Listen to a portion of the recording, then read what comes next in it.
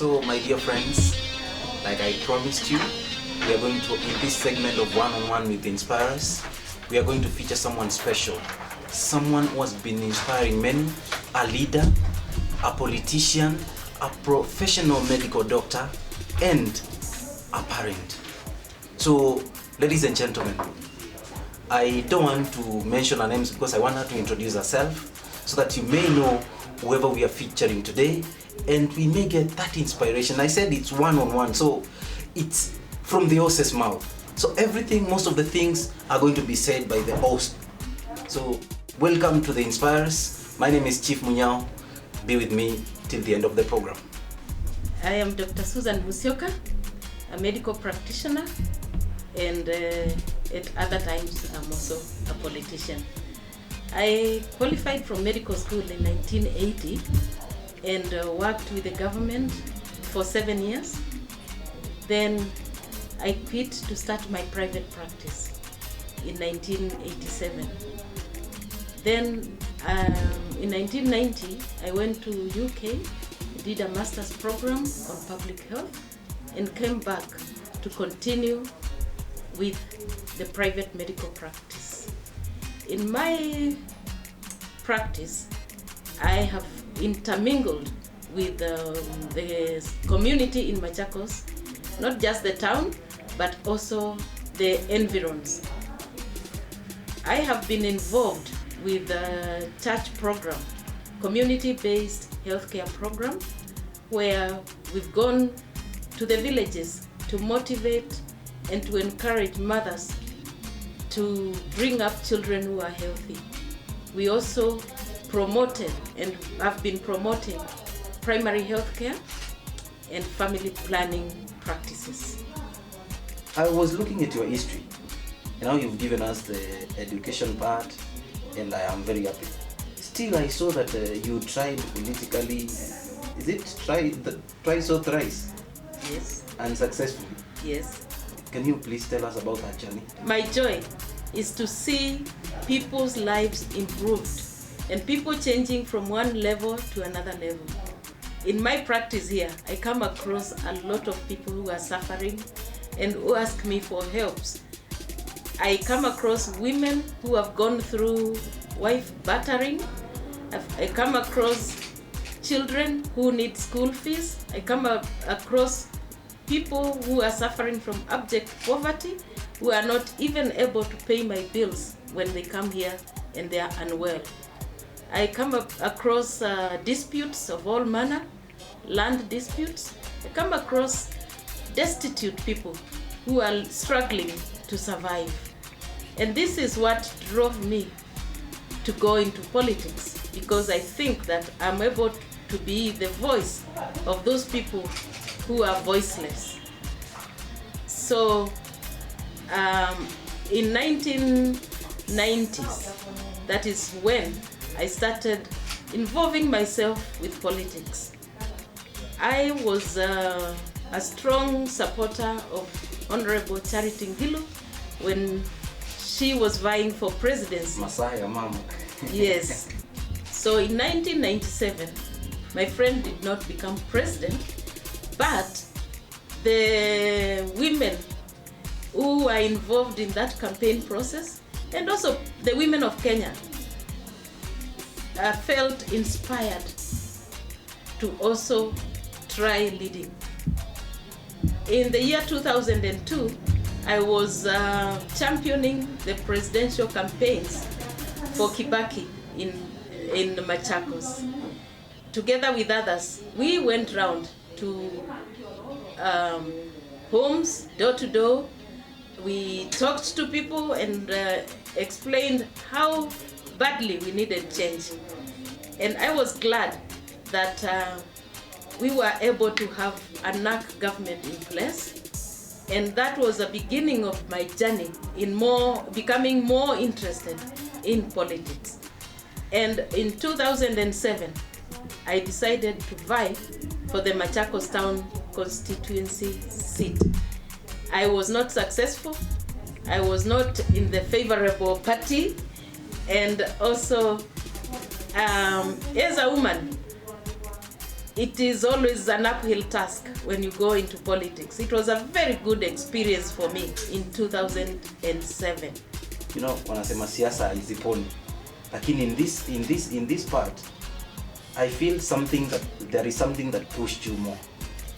I strongly believe as a Christian that God created every person for a purpose. He created all of us in His own image, and everybody has a role to play in life. What you need is a little encouragement. And also what you need is laws that are put in place that are creating a favorable environment for everybody to compete. It is important that the environment is suitable for everyone to compete and to earn a living from whatever they are inspired to do. So a leader is that person who makes a difference among the people that they are leading. It's not a person who enriches themselves. It's not a person who takes advantage of the people they are leading. It's not the person who becomes a king. Leadership should be servant leadership. I don't like to see people telling me we have not had lunch, we have nowhere to sleep, we cannot pay our bills, we cannot pay our school fees, we do not know what to do, and we don't know what tomorrow holds. We must give hope to our people, and not just hope, solutions so that they live better lives. So a leader is a beacon of hope. Yes. That is my take. And family, politics, profession, how do you manage all that? Yes, I think I got married in the 80s. I can say that my family has been very, very supportive in the ideas that I've had.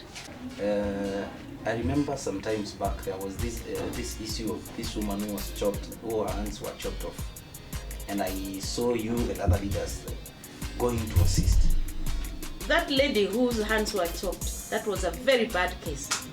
We helped her and started a business for her, and she settled. There are others who don't just get their hands chopped, but they are killed. And many other cases have happened which have not been good at all. These situations need to be addressed. And right now, with COVID-19, we have even more violence. And not just violence, we are having rape cases, especially for young children. We have seen the pregnancies for our teenage girls that have happened, and these innocent girls are victims of circumstances, and men who have issues. Now, sometimes back I had started a conversation that kids between 14 years, that is class 8, yes, should be taught about sexual health, about use of condom. What's your take on that? Sex education should start from a very early age. We make a lot of mistakes as our children grow up, because we as parents find it difficult to explain sexuality to our own children. In our time, we had our aunties coming and taking over, explaining in a language that we could understand. In situations where we are no longer living in a community setup, it can still be done. The mother has a very big role to play, explaining to the children, even from an early age, that your private parts are private, so that they understand that nobody should touch or even see their private parts. The difference between a boy and a girl should be well explained right from the early stage, with the language the child can understand. And as they grow up, the girl child should know they will reach puberty, they will get their menses, they have become women, and they are able to conceive.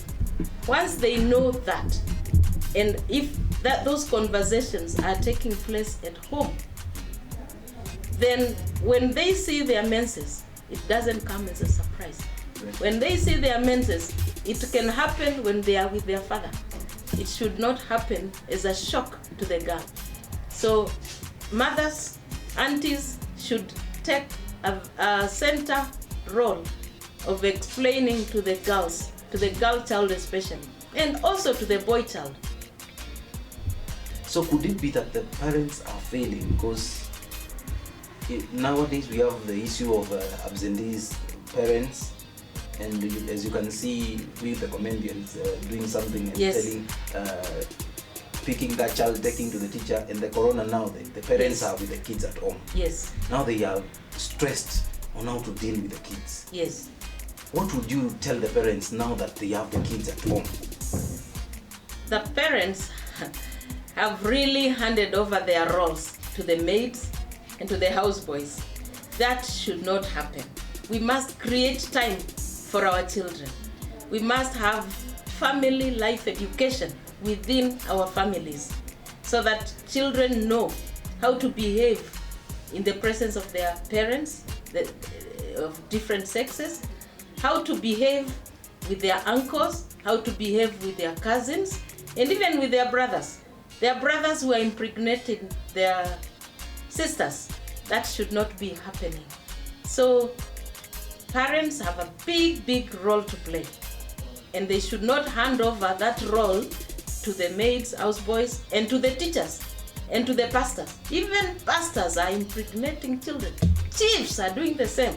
So anybody who is given a responsibility to take care of a girl child must be the parent. You cannot hand over that responsibility to somebody else.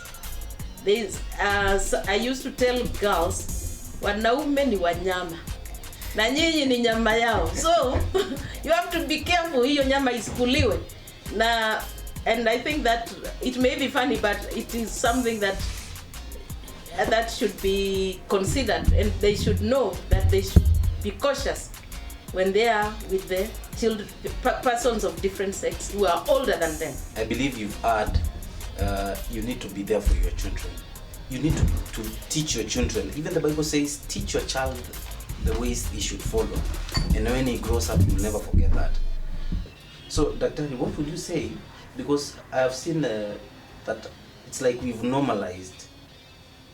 Like we said, kupeana hug, mtoto anaweza hug hata uncle yake, brother yake, anaweza va, like a girl child can wear booty short in front of the parents, and there is nothing, he feels nothing. What's your take on that? Dressing up. Sometimes we think that when we watch film stars dressed almost naked, that is a way of life. Those of us who have traveled, we know that people dress decently. They go to their offices looking decent. They go to schools looking decent.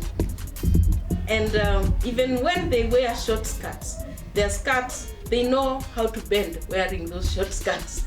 So we should teach our children what is decency, and what is not. Very true. Now that I think the period between 2013 and 2017, you are among the top women leaders in Kenya. In fact, I would say you are among the top 5. Because those who were seen, who used to be seen participating actively in parliament, the women leaders, if you could go and ask randomly, you would hear Gladys Wanga and Dr. Susan Musyoka. So still you remained at the top. You went and still conquered. Yes. And we appreciate. Yeah, and we saw good legislation coming through, and especially I'm very proud of the marriage bill and the gender violence bill. And we were able to come up with the training programs for women on the grassroots level. Although the issue of gender violence is still not very much